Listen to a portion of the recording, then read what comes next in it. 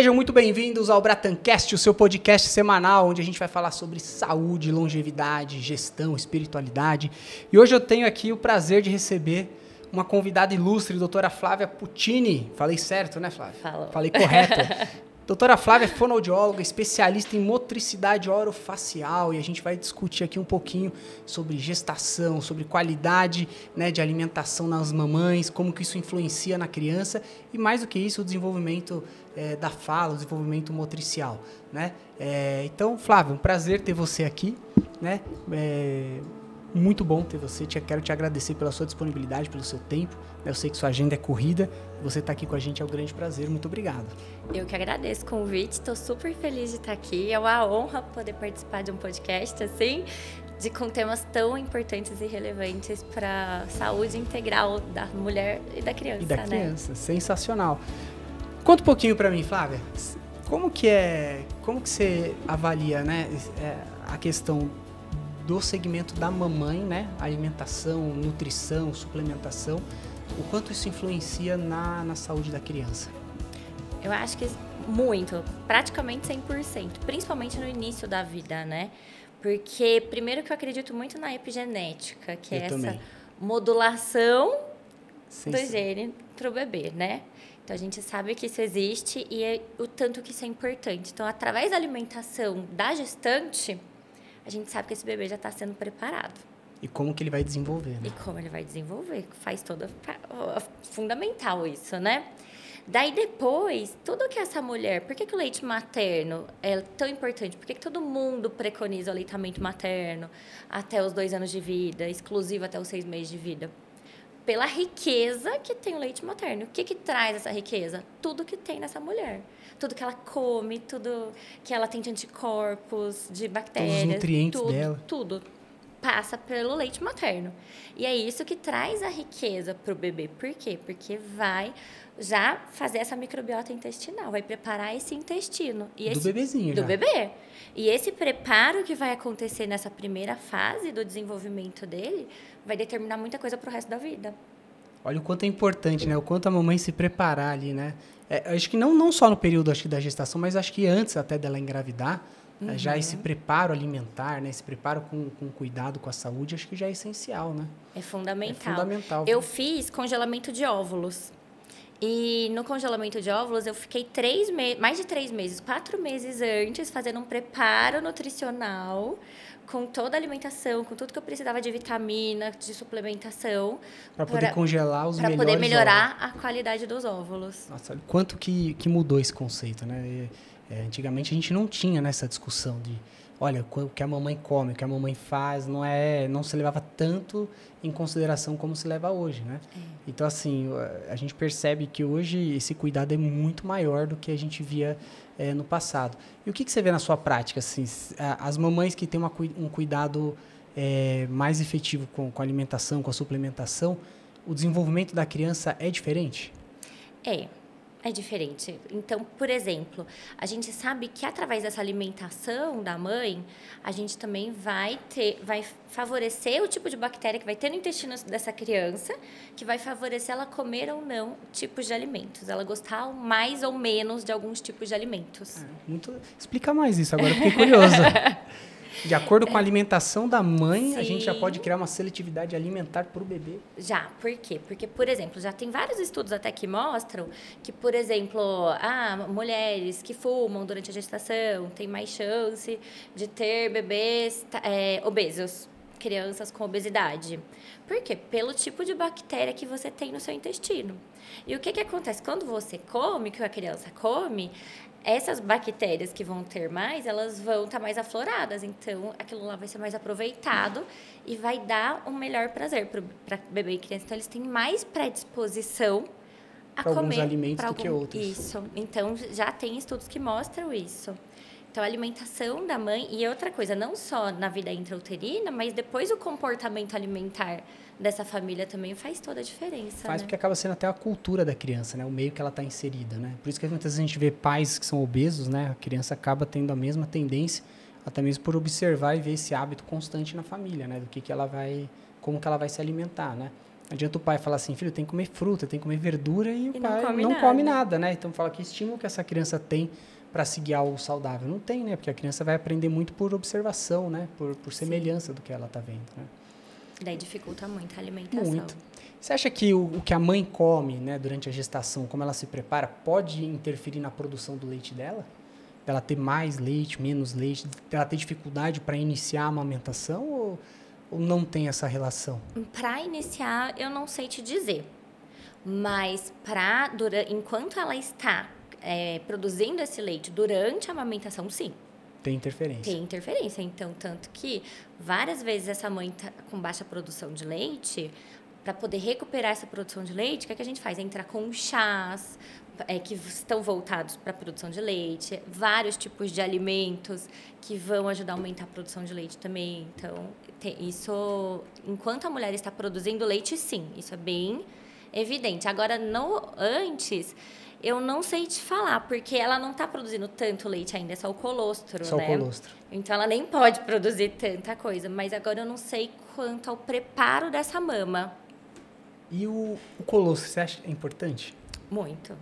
A parte essencial, né? Falo que Muito. Ele é correspondente à primeira vacina do bebê, né? Então, ele é muito importante. Não dá pra gente perder, né? Esse líquido tão... E é pouquinho, né? É uma fase tão curta, né? Que o bebê tem ali, né? De colostro. São poucos dias, né? Poucos dias, né? E sabe que os bebês que eles são expostos, porque assim, é muito comum a gente ver no hospital, nasceu, tá com dificuldade de amamentação, para poder ter alta ele tem que ganhar peso. Tem. Não pode perder mais que 10%. Daí eles vão e dão o quê? Fórmula. Os bebês que são expostos à fórmula nas primeiras 48 horas de vida, eles têm muito mais chance de desenvolver alergias alimentares. Caramba. A PLV principalmente. Caramba. Olha que informação Então, importantíssima. olha como o colostro é importante. É importante. E muitas vezes vale a pena um pouquinho de paciência ali com a mãe naquele momento, né? Porque é tudo novidade. É novidade para ela, é novidade para o bebê. Né? O bebê saiu ali de um espaço onde ele estava quentinho, né? Bem compactado. Tudo virou novidade para ele. Né? É o primeiro contato dele. Então, tudo isso é um estresse muito grande para a mulher. Então, acho que muitas vezes vale a pena ter esse pouquinho de paciência para a criança ter esse contato com o colostro, do que já rapidamente acabar entrando ali com uma suplementação, né? Com o complemento, que é como eles falam na maternidade, né? Sim. Para poder não ter a perda de peso, né? Então, se tiver que complementar, que seja do colostro, ordenha e dá para ele. E dá o colostro. É muito importante esse primeiro contato. E o que acontece? O bebê, dentro da barriga da mãe, ele já suga. Ele não suga para se alimentar, mas já tem um reflexo. Ele né? suga até o líquido amniótico, ele deglute o líquido amniótico também. Então, isso já vai fazendo a microbiota do bebê. Mesmo dentro da intrauterina. E daí, mas ele já vai criando padrões com essa boquinha. Então, muitas vezes, o bebê nasce com dificuldade de amamentar. Então, muitas mães perguntam, nossa, mas é tão difícil amamentar. Mas a gente pode fazer essa intervenção e corrigir o que o bebê criou de adaptação nessa boquinha desde muito cedo. Essa intervenção logo nos primeiros dias. Nos primeiros dias. Porque daí a gente já tira as compensações. Então, ao invés dele machucar o peito da mãe e a mãe quase não querer amamentar mais, para daí ela procurar ajuda, a gente já consegue cuidar de tirar essas tensões, tirar essas compensações para ele já começar certo. E essa intervenção, então, é ali logo quando ele nasce? Pode ser. Ela pode ser feita. Não é em todo lugar que tem isso. Que tem esse suporte, né? Mas ela pode ser feita desde que nasce. E é engraçado que quando o bebê nasce, né, que você coloca, que ele tem o primeiro contato com o peito da mãe, ele tem esse reflexo muito, muito presente, né? Já de sugar, né? Sim. Só que muitas vezes não é efetivo, né? Dele conseguir sugar da maneira correta, estimular ali, né? Ter uma pega boa, né? De pegar toda a auréola da mãe, o mamilo. E muitas vezes o mamilo da mãe também não tem uma proeminência, um formato que poderia ajudar. Mas isso não é impeditivo, é? Não. Mesmo o formato que não é tão adequado, dá para trabalhar com ele? Dá para todo mundo consegue amamentar. E hoje em dia a gente tem muitos utensílios que podem favorecer isso também, né? Então, por exemplo, se o bebê não está conseguindo... a sucção é reflexa. Então, quando o bebê nasce, é reflexo, é instintivo. Ele precisa para sobrevivência. Mas sugar não quer dizer que ele está fazendo o movimento correto da língua para extrair o leite corretamente. Que interessante. Porque ele não sugava um peito antes na barriga. Não tinha nada, né, para ele tão palpável Sim. quanto o seio da mãe, né, ou como o bico, né? Isso. Da- Então, ele do tem seio que da mãe. adaptar o padrão de sucção, ele tem que entender que ele tem que sugar uma mama e tem que esperar sair o leitinho de lá. Porque não começa a sair imediatamente também, E né? cansa para eles também. Eles acabam gastando energia ali. Muitas vezes eles são preguiçosos, né? Começam a sugar, dormem e aí ficam... Eu acabam falo que é uma desistindo. maratona. É uma maratona. Porque é o que ele vai fazer de mais difícil nessa fase da vida dele, né? Então dá um trabalhinho. Mas Dá. importante as mamães saberem, as mamães que estão assistindo, que não é impossível a gente fazer o bebê se adaptar e conseguir amamentar da maneira correta, né? Sim. Muita gente, você falou uma coisa importante sobre pega. Aí a gente escuta muito isso. Ai, a pega tá certo, a pega tá certo. Os bebês que acabam chegando para mim, 95% as mães falam, eu não sei o que tá acontecendo, porque a pega tá certa. E a pega, ela pode enganar muito, porque a gente aprende a arrumar a pega. Então, a mãe arruma a boquinha do bebê, daí a pega fica certa, mas quem suga mesmo é a linguinha. E ele não está fazendo o movimento E correto. o movimento da língua está errado. Então, por isso que a pega pode enganar. Então, eu falo para as mães, tá doendo? Não é normal doer. A amamentação, ela é gostosa. Então, se você está sentindo dor, já é um sinal de alerta. Não é para sentir dor. Ah, então fica uma dica aí para as mamães, né? Vocês mamães que estão amamentando, estão sentindo dores, procura a doutora Flávia, procura ajuda, porque não é normal, né? E a gente vê, isso é um mito, né? Eu vejo minha avó falando, amamentar é uma dor, né? Você acha que é bonito? Eu vejo isso desde o tempo da minha avó falando isso. Porque entendeu? era muito comum. Era muito comum. E a gente não tinha recurso, né? Não tinha essa informação toda Não que tem tinha. hoje, né? E hoje a gente tem, e hoje a gente sabe como reverter isso. Eu falo assim, do aleitamento materno, todo mundo sabe da importância? Sim, sabemos, extremamente importante. Mas não adianta só incentivar, a gente tem que fazer ele ser possível. Porque não adianta a mãe estar morrendo de dor e falar, não, força, você consegue. É não. assim mesmo, mãe, você tem que ser... Tem que entender, calejar. é. Já que não quis ser mãe, agora aguenta, né? E quando a mãe tem muita dor, ela libera cortisol, que também bloqueia Bloqueia a produção de do leite. Então, quer dizer, atrapalha tudo, né? É, e muita mãe pega, começa, eu tinha tanto leite, eu amamentei, só que daí meu leite secou. Quanto de estresse essa mãe não sofreu, né? Não, e outra coisa, tem o estresse, e se o bebê tá machucando, é que ele tá sugando errado. Se ele não esvazia o leite, o peito com eficiência, Vai sobrar. vai sobrar, o corpo entende, tá sobrando, preciso me proteger. Não produz massa. Porque o leite é vivo, ele vira uma infecção, uma inflamação. Então, ele vai diminuindo a produção de leite. Então, as duas primeiras fases de produção de leite é de controle hormonal. Mas daí teve o colostro, teve a pojadura, que é a descida do leite. Então, quem vai comandar depois a produção do leite é a sucção do bebê, ou seja, o esvaziamento completo da mama. E se isso não for correto, a produção vai diminuir de forma natural. Daí vai diminuindo naturalmente, daí o leite secou. Olha só quanta informação, olha quanta coisa, assim, eu tô falando por mim, né? Quanta coisa eu tô aprendendo e entendendo aqui, né? E antigamente, né, eu falo assim, antigamente, muito mais fácil, falar, não tem leite, não tá dando certo, vamos mudar a mamadeira, né? Vamos mudar a fórmula, né? E aí o bebê, ele pula uma fase, né, de sucção que é importantíssima para o desenvolvimento dele, né?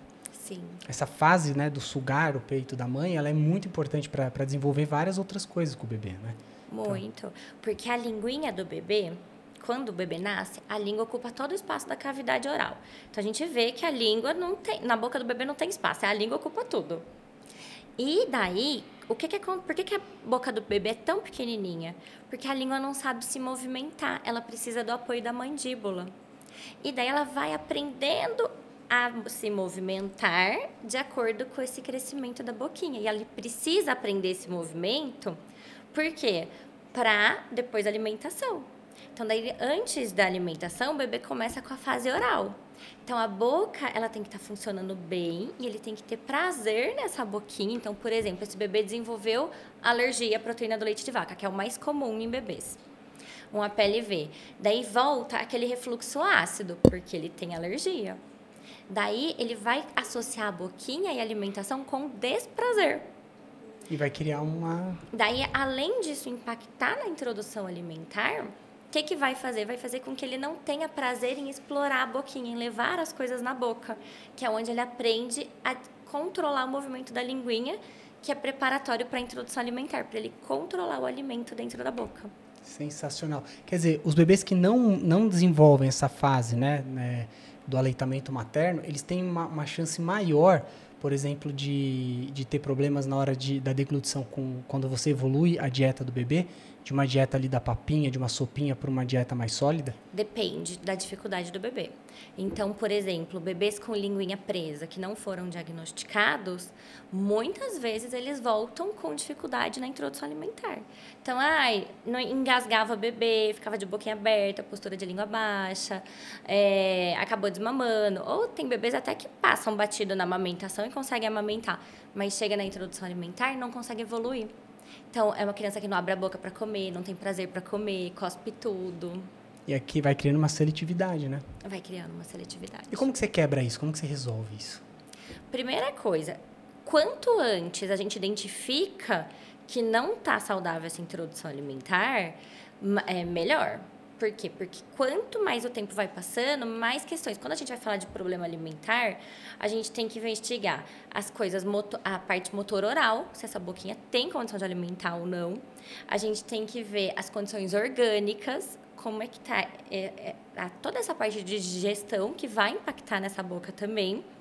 A gente tem que ver a parte comportamental, emocional, então tudo isso. Então, quanto maior a criança vai ficando, mais difícil é um tratamento. Vai aumentando as variáveis, isso, né? Pra gente seletividade alimentar. Agora, a gente pega um bebezinho de 7 meses que não está tendo prazer e não consegue evoluir na introdução alimentar. Daí é muito mais pontual. Por quê? Porque a gente está pegando o início, ele está começando a criar uma relação com aquela alimentação. E daí a gente tem que ver como que está essa parte. Ele está conseguindo movimentar esse alimento dentro da boca? A musculatura está funcionando direitinho? Geralmente está muito relacionado com isso, com a disfunção oral, que é esse comportamento inadequado da musculatura da boquinha, ou com o jeito que os pais oferecem. Porque muitas vezes os pais, eles vão, colocam a comida, abre o bocão, coloca e já puxa a colher para cima, limpa a boca do bebê e entra um volume muito grande de alimento que esse bebê nunca viu, ele não está preparado para aquilo, né? Isso acaba atrapalhando, né? Atrapalha muito, porque se o bebê não tira a comidinha da colher, ele não se programa neuromuscularmente para que ele vai fazer com aquele alimento. É jogado um monte de alimento na boca. Daí, geralmente, eles falam, cospe tudo, ou fica com o alimento parado na boca. Literalmente está enfiando goela abaixo, né? Enfiando goela abaixo. E o correto seria a gente colocar uma porção menor na colher e deixar ele puxar. Sim, toda a essa gente quantidade. chega a colher na boquinha do bebê, ele tem que ter a iniciativa de abrir a boquinha, pegar da colher E puxar. É muito legal, porque assim, eu tenho 3 filhos, né? E o terceiro, Bento, instintivamente, foi o jeito como eu fazia com ele. Tanto que ele brincava muitas vezes, eu chegava com a colher perto, ele pegava, ele brincava, ele puxava a colher e brincava, de segurar a colher na boca. E isso foi bacana porque a gente sempre colocava de pouquinho e ele puxava tudo. E hoje a gente percebe que ele desenvolveu muito bem essa parte, porque ele pega hoje bonitinho, come, puxa certinho, põe e ele puxa. Ele não faz esse movimento e a gente nunca teve esse hábito com ele, né? Mas, por exemplo, o meu filho do meio, eu lembro que eu tive esse hábito, Joaquim, de fazer desse jeito.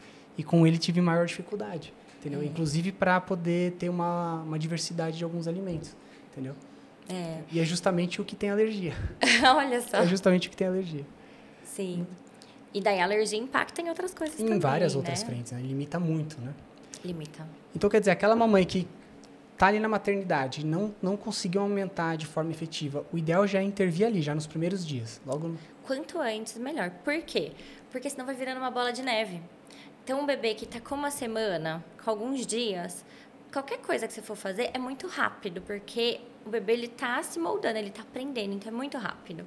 Agora, não, essa mãe vem com um mês. O controle da produção de leite já não é mais mudou, hormonal. Né?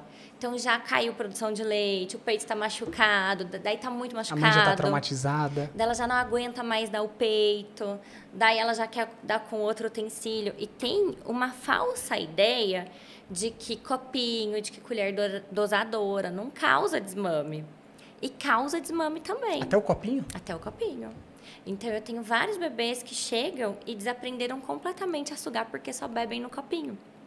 Caramba. Então, o bebê ele não faz confusão de bico. A confusão é no padrão de sucção. O que eu faço que me dá recompensa? Esse movimento? Então, eu vou reproduzir ele. Então, o bebê está pronto para aprender. Então, as mães falam, ai, não, vou dar no copinho porque não causa desmame. Causa também. Da mesma forma. Então, eu falo assim, se o bebê tem dificuldade na amamentação, a gente tem que ver a raiz do problema. A gente tem que agir no momento certo e no que é... porque quem suga é a boquinha do bebê. Tá machucando, o peito não vai se machucar sozinho. O bebê não esvazia o peito, tem alguém que não está esvaziando. Não é porque o seu peito não fica esguichando na boca dele. Então, o problema geralmente está na boquinha do bebê. E aí você tem todo esse trabalho de entender o que está acontecendo, ensinar a mãe a fazer isso da forma correta para que ela tenha o melhor desempenho. Sim. Na verdade, eu falo que eu sou uma escultora, assim, que eu me sinto uma artista plástica. Então, eu coloco o dedinho na boca do bebê e eu vou analisando a sucção dele e tudo que ele está fazendo de errado. E daí eu vou moldando cada musculinho com o dedo. Com o dedo, com massagenzinhas. Então, aqui tá tenso. Se tem coisa tensa, tem coisa trabalhando menos e coisa trabalhando demais. Então, o que tá tenso, a gente vai relaxando. O que tá fraco, a gente fortalece. Para essa boquinha funcionar. Porque a sucção, ela vai ter que acontecer. Então, ela é reflexa, ele vai sugar. É o reflexo vital para ele, né? Então, por exemplo, o bebê não traz a linguinha para frente, não anterioriza a língua. Então, não adianta ficar passando o dedo na língua do bebê, querendo que eu trazer por um estímulo de reflexo, que essa língua venha para frente. Se ela não se mantém na frente, tem alguma musculatura tensionando e segurando ela para trás. Então, a gente tem que agir nessa musculatura. E aí você acaba acompanhando quase que diariamente, né? Um bebê desse. É que como o bebê, a função, a gente autoestimula a função fazendo a função corretamente. Então, quando eu dou condição muscular para ele sugar corretamente, ele vai sugar várias vezes ainda no dia. Então, ele vai se autoestimulando aquilo funcionar corretamente. Então, o tratamento de bebê geralmente é muito rápido. Olha, eu achava que era justamente o contrário. Você acabava tendo um trabalho maior de ficar mais tempo com ele. Quanto mais novinho, mais rápido. Então, às vezes, o bebê em 3 atendimentos, 5 atendimentos, a gente... Ele já entendeu como que ele tem que fazer. Isso. E aí você começa a ver todo o restante desse trabalho. A mama esvazia de maneira adequada, o bebê começa a se nutrir de maneira adequada, menos estresse para a mãe, menos trauma para a família, né? Todo mundo dorme bem. Todo mundo dorme bem, porque o bebê esvazia a mama, ele fica saciado, né? E o bebê, ele só dorme bem à noite se ele mama bem de dia. Claro que depois que ele tiver com ganho de peso estabelecido, né? Nos primeiros dias a gente não pode contar isso. Mas com 20 dias, um mês, o bebê, ele só dorme bem à noite se ele tiver com uma boa ingestão durante o dia. Senão, de noite ele acorda de hora em hora. Quer dizer, tem algo errado, né? Não é para isso acontecer, Sim. né? E o sono, a gente sabe o tanto que é importante para o Extremamente desenvolvimento da mãe e do bebê. Do bebê, exatamente. Porque o bebê ele vai ganhar, na maior parte do desenvolvimento dele em crescimento, vem durante a fase do sono, onde ele aprofunda a fase de sono, que ele chega numa fase de sono REM. Se ele não dorme bem, ele tem uma diminuição de alguns hormônios que são essenciais para ele, né? Então, ele não vai conseguir ter um desenvolvimento adequado, né? E a família inteira vai acabar ficando afetada, né? Porque uma mãe sem dormir, né? O pai sem dormir, o bebê sem dormir, fica todo mundo estressado ali, né? E aí, obviamente, não tem paciência para tentar fazer os exercícios e tentar fazer a coisa da maneira correta, né? Sim. Aí a mamadeira acaba virando ali, né? Vamos dar logo a mamadeira e resolver esse problema. Na verdade, a gente está trazendo um problema a mais, né? Sim. O bico da mamadeira é totalmente danoso, você acha, nos primeiros dias de vida? Depende. Eu falo assim, cada caso tem que sempre ser analisado individualmente, porque às vezes tem bebês que eles realmente precisam e não tem o que fazer. Mas eu falo assim, que qualquer coisa que a gente for usar em qualquer fase, na verdade, porque às vezes não é no começo, mas vai com 3 meses, daí o bebê, então tá mamando super bem. Você vai e desmama. Então, por quê? Porque a gente tem que realmente ter certeza de que está tudo funcionando. Por que esse bebê está precisando dessa complementação? Por que ele precisa disso? Então, porque o risco de desmame é iminente. Então, não só a mamadeira, mas a mamadeira, copinho, colher dosadora. Qualquer utensílio desse pode fazer isso. Então, se tem que usar, eu acho que vale muito a pena investigar. O que está acontecendo que essa boquinha não está funcionando? Porque é reflexo, era para funcionar. Se não está funcionando, tem compensações musculares que estão limitando essa movimentação. E muita gente acha que tudo é língua presa. E não necessariamente é língua presa. Uma tensão gera comportamento de língua presa. Sensacional. Então, a gente tem que analisar cada caso, né? Porque às vezes tem bebê que é abandonado, Tem toda uma parte emocional que é extremamente Tem importante. toda a parte emocional. Então, se essa boquinha estiver saudável, com condição de se desenvolver, a gente tem que amenizar os riscos e promover esse desenvolvimento, né? E não só de bebês, talvez, que não possam ter essa oportunidade. E como que é a transição, quando a gente vai sair do aleitamento exclusivo e começar a partir para uma alimentação? A gente vê aí, tem N variáveis e muita divergência de informação, né?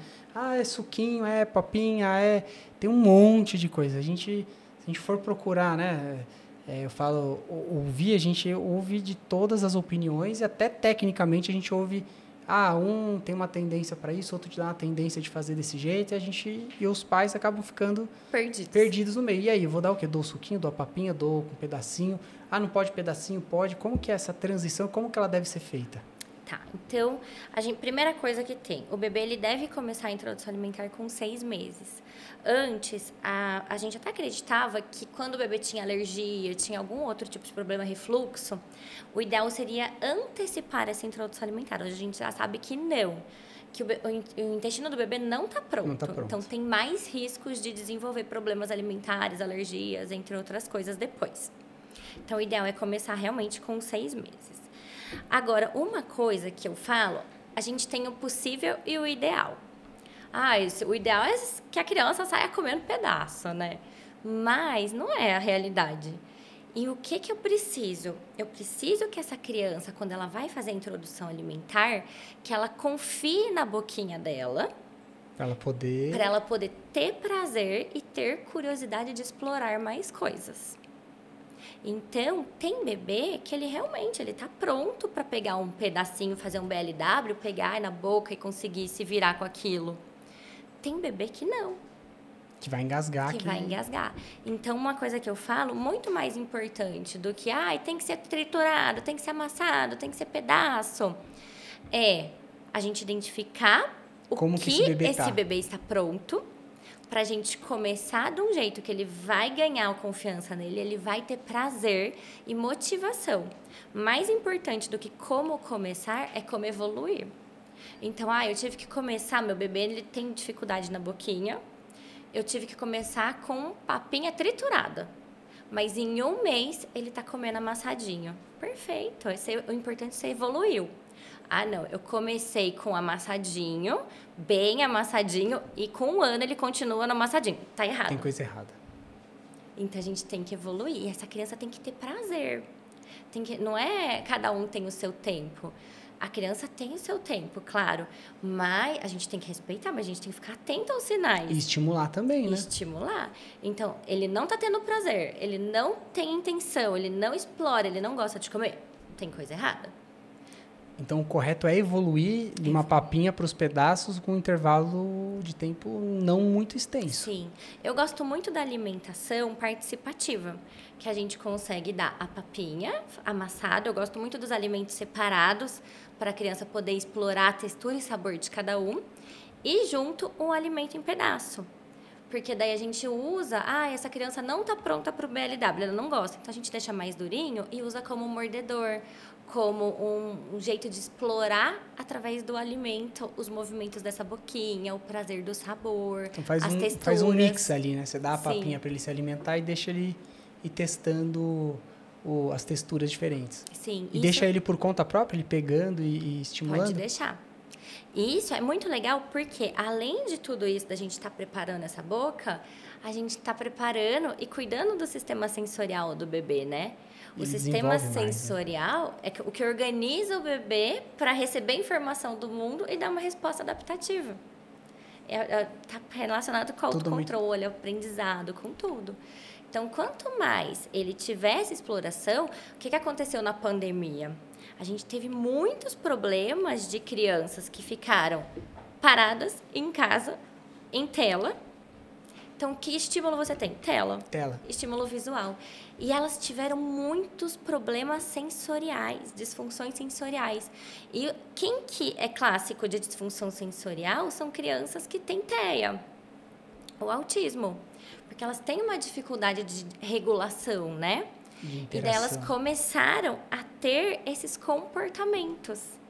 E teve muito diagnóstico de crianças típicas como sendo com TEA por conta das disfunções sensoriais, por falta de exploração, pelo ambiente não ser rico, por falta de interação. E a tela acaba abstraindo a criança para um mundo virtual e ela perde, né, a curiosidade de explorar, de fazer por conta própria, né? A tela acaba abstraindo a criança para um mundo paralelo, né? E ainda tem uma outra vertente, né, que uma coisa que a neurociência explica, que o cérebro do ser humano ele não diferencia o real do virtual. Então, uma criança que passa muito tempo ali dentro de uma tela, na hora que ela, dependendo do que você coloca para ela assistir, na hora que você tira aquele estímulo da tela, o cérebro dela não diferencia o que ela estava assistindo, que é algo virtual, um desenho, e algo real do que ela está vivendo. Então, isso você pode estimular determinados comportamentos dentro do ser humano. É o que a gente vê, muitas vezes, no padrão dos jovens, dos adolescentes, que passam horas em alguns tipos de jogos. Então, aqueles jogos, né, que estimulam tiros, jogos, né, com zumbis, esses jogos mais, né, que a molecada joga hoje em dia, isso faz com que o cérebro tenha um outro tipo de comportamento, porque ele não difere padrão real do que é virtual. Então, assim, a tecnologia ela é muito importante, mas acho que vai muito assim, os pais têm que saber dosar, né, tempo de tela, né, conteúdo que você coloca ali para o seu filho assistir, e não existe ainda uma diretriz que fale um tempo seguro. Então, quando alguém pergunta o que é o tempo seguro para você, eu falo, é 0. A criança tem que brincar com coisas funcionais do dia a dia dela. Eu falo isso, ó, minha opinião de quem tem 3 filhos. Nenhum dos 3 tem tela. Né? Então, eu falo assim, não tem... Ao meu ver, isso só atrapalha o desenvolvimento da criança. Então, acho que a gente tem que estimular a criança de uma outra maneira. Né? A tela, ela acaba deixando a criança ocupada o tempo inteiro. E daí as crianças, elas não têm tempo ocioso.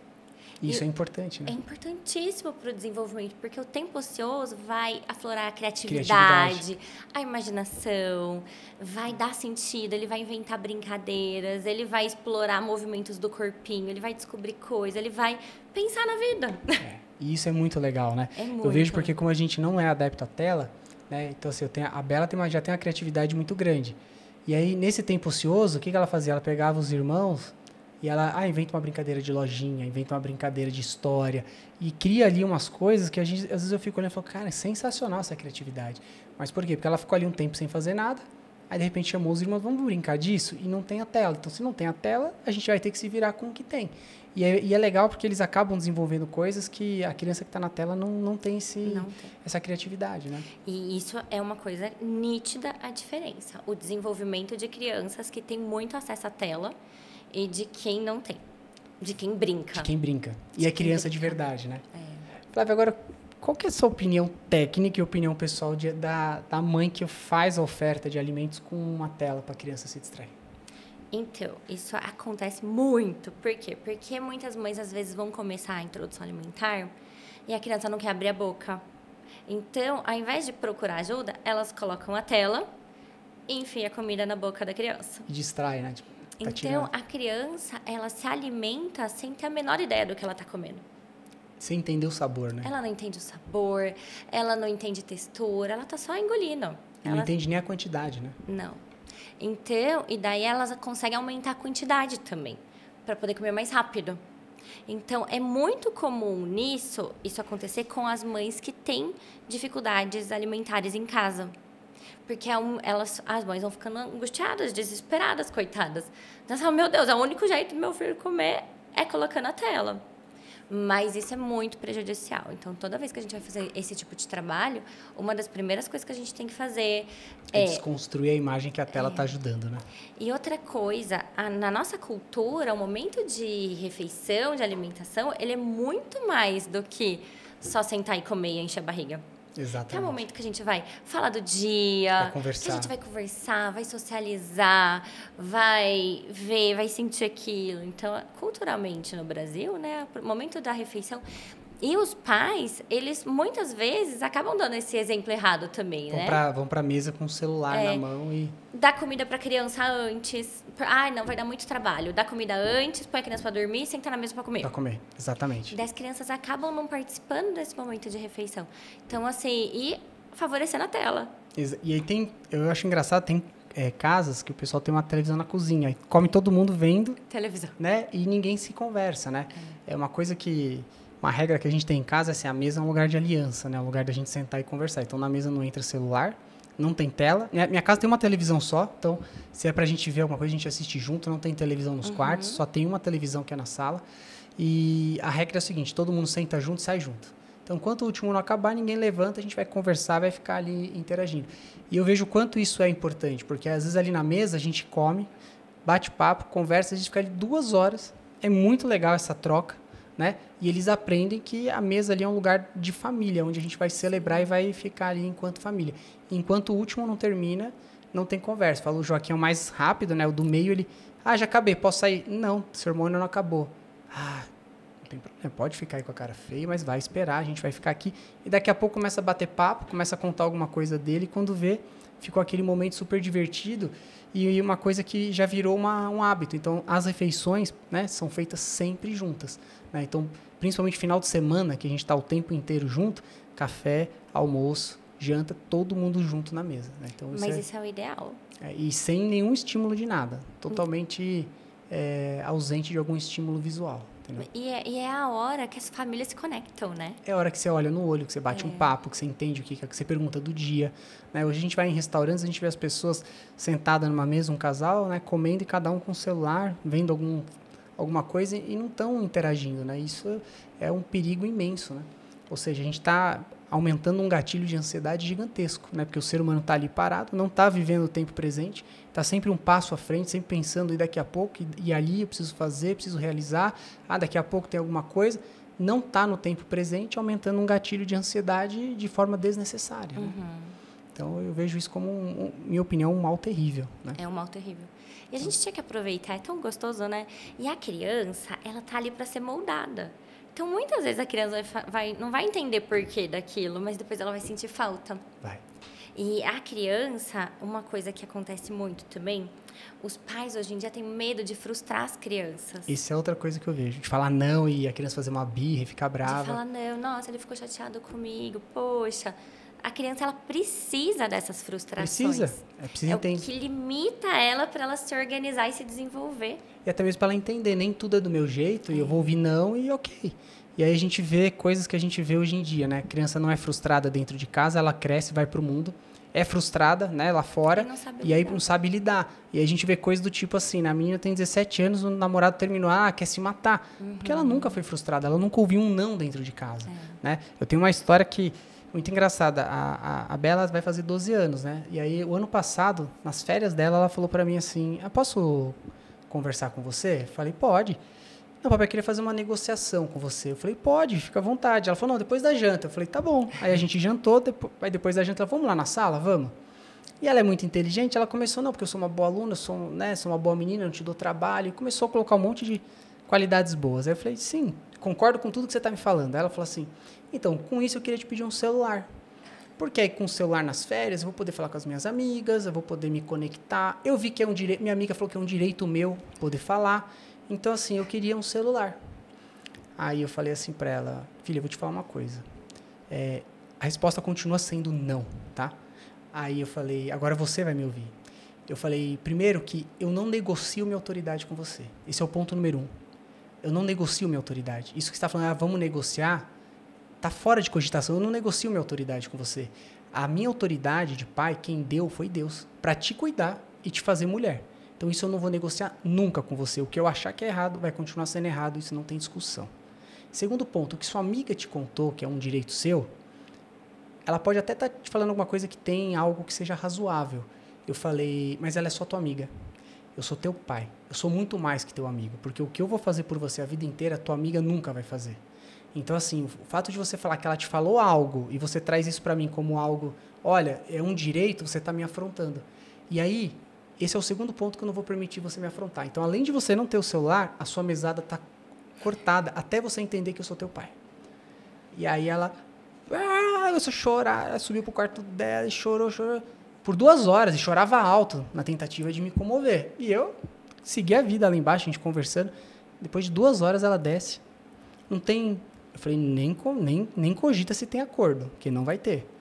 Aí eu falei, você quer entender por quê?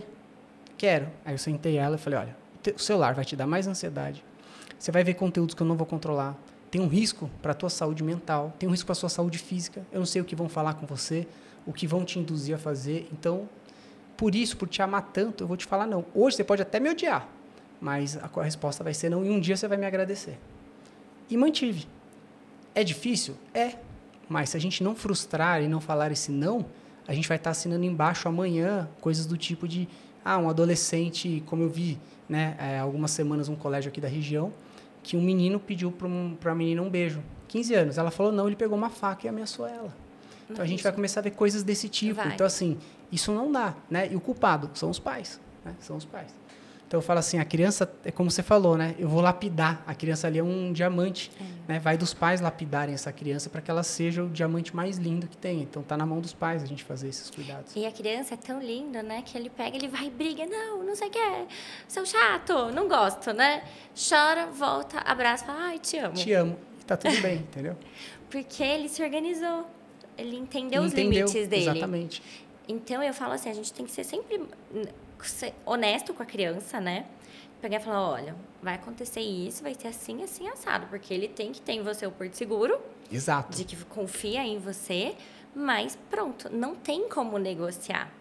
Se a gente fica abrindo para a criança todas as vezes possibilidade de negociação, ele vai falar, então aqui vai dar certo, deixa eu tentar mais um pouquinho. Um pouquinho que eu vou conseguir. Daí vem o chilique, porque daí vai cada vez mais aumentando esse chilique, porque ele vai conseguir no final. E ele vai testar a tua paciência até onde conseguir. Ele vai testar, e a criança vai testar. Isso eu vejo muito assim, né? O pai fala assim para a criança, o que você quer comer, né? Poxa, nós somos pais, né? Nós sabemos o que é uma alimentação mais adequada ou não, mais, né? Mais balanceada ou não. Não tem como a gente terceirizar isso para uma criança que não tem ainda essa aptidão e não tem essa inteligência, né? Não consegue discernir. Então, isso são outras coisas que a gente vê muito, né? Ele quer comer isso, então eu vou dar porque aí pelo menos ele come alguma coisa. Não. Acho que tem que insistir, tem que treinar, tem que, né, amadurecer esse processo, procurar profissionais para que a gente consiga desenvolver isso nos nossos filhos, né? Sim, porque o hábito alimentar criado na infância ele é muito importante. Porque a gente vai ter uma fase depois na criança que é seletiva. Na fase da seletividade, não porque é um problema de seletividade, mas, não quero legumes, não quero. Então, se ela não criou essa raiz desde cedo, o problema, a dificuldade vai ficar muito maior. Porque nessa fase da seletividade, ela vai, não quero banana, não gosto de banana. Dá 2 semanas, eu vou voltar a gostar de banana. Não gosto de legumes. Não quero cenoura. Tá bom, agora eu gosto de cenoura.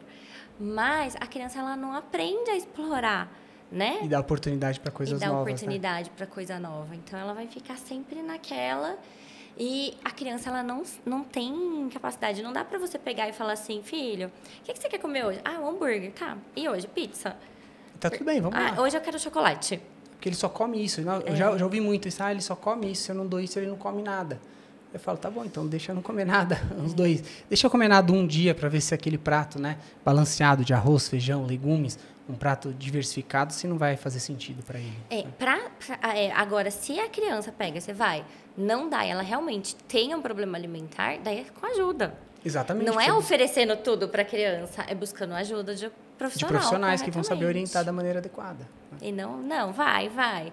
Daí a criança chega com 3, 4 anos só de macarrão.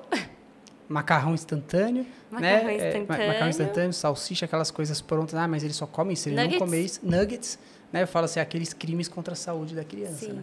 Então, isso é muito importante, né? Os pais precisam ter essa consciência de que as crianças são joias, né? A gente precisa ir lapidando eles no dia a dia. E falando de lapidação de paladar, a gente tem que tomar cuidado com os hiperpalatáveis, né? Que hoje é muito... Então, os industrializados, eles são muito hiperpalatáveis. Daí, a criança fica com necessidade de ter muito sabor na boca. E não consegue entender aquele paladar mais simples, né? Sensacional. Eu vi que você trouxe aqui uma boquinha e uma mama.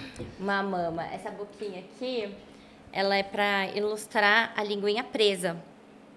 Legal. Então, a gente consegue prender essa linguinha. Porque é o que eu estava te falando da língua aprender a se mobilizar, né? Então, quando o bebê suga, ele tem que anteriorizar essa língua.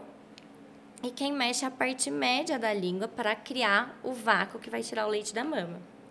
E essa língua, ela ocupa todo o espaço da cavidade oral.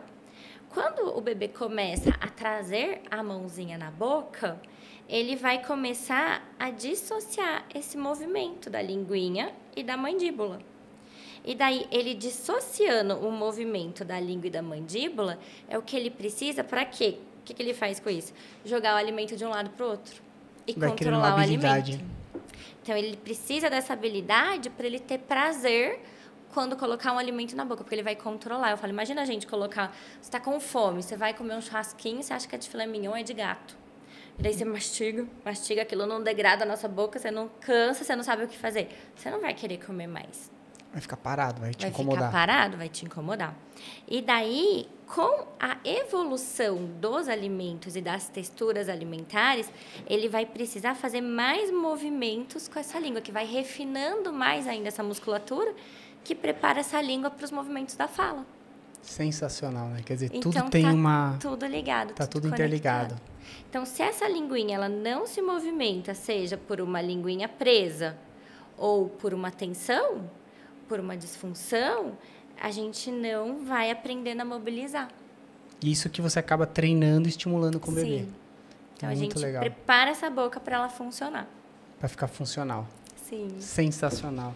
Nossa, Flávia, foi um bate-papo muito gostoso, né? Queria te agradecer porque foi enriquecedor para mim, né? Imagino para as pessoas que estão ouvindo aí, né, todas as informações. Então, assim, muito bacana, né? Acho, assim, surpreendente o seu trabalho, né? Então, acho que é um trabalho fantástico, você está de parabéns. Obrigada. Acho que essa especialização, né, é algo que as mães precisam entender o quanto isso é importante, né, para desenvolver e para quebrar mitos, quebrar dogmas que a medicina vem trazendo. Acho que a gente está num tempo que a ciência tem que pensar fora da caixinha, tem que ir para o além, tem que ir para o todo. E a gente tem que quebrar coisas que são muito engessadas e realmente pensar, trazer coisas, né, que são atuais, né, trazer estudos atuais, áreas atuais para a gente poder incentivar, né, a ter seres humanos mais saudáveis, né, e mais competentes aí para a vida. Então, seu trabalho é sensacional, fiquei muito feliz com a sua vinda e já queria te convidar para, eu sei que sua agenda é corrida, para você voltar mais vezes, porque eu acho que esse bate-papo foi muito enriquecedor. Eu que agradeço, foi uma honra estar aqui para falar no podcast sobre isso, né? Acho sensacional. Eu acho que é fundamental para o desenvolvimento e eu acredito muito nisso. A gente tem que pensar fora da caixinha. Porque eu falo, até aqui a gente evoluiu de um jeito, se a gente não começar a pensar fora e ver o ser, não só o bebê, mas o bebê tem um ecossistema, tem a mãe, né? Tem todo como um todo, meio que ele tá inserido, né? Então, tudo está relacionado, né? A alimentação interfere no comportamento dessas crianças depois, no comportamento da mãe. Então, a gente sabe, quando a gente muda os hábitos alimentares, como muda o funcionamento do nosso corpo. Né? E isso ele vai colher para o resto da vida. Vai colher para o resto da vida. Então, sensacional. Queria te Muito agradecer. obrigada pelo convite. O prazer foi todo meu. E aí, pessoal, se vocês estão em casa, vão seguir a doutora Flávia no Instagram. Flávia, fala o seu Instagram pessoal. Flávia Puccini. Começa a seguir ela aí. Clica aqui, né, no nosso canal do Bratancast, se inscreve, ativa o sininho para as notificações para você receber, né, o aviso dos próximos vídeos, né, dos próximos episódios. E se você tiver alguma dúvida, né, quiser perguntar alguma coisa para a doutora Flávia, deixa aí nos comentários que a gente vai levar a pergunta para ela, ela vai trazer uma resposta para quem ficou com alguma dúvida aí. Gente, clica aí no meu Instagram, @doutor.danielbratan, começa a seguir também para mais conteúdo e não deixa de acompanhar o canal que a gente vai trazer mais conteúdos para vocês aí nas próximas semanas, certo? Um beijo, fiquem com Deus e até a próxima.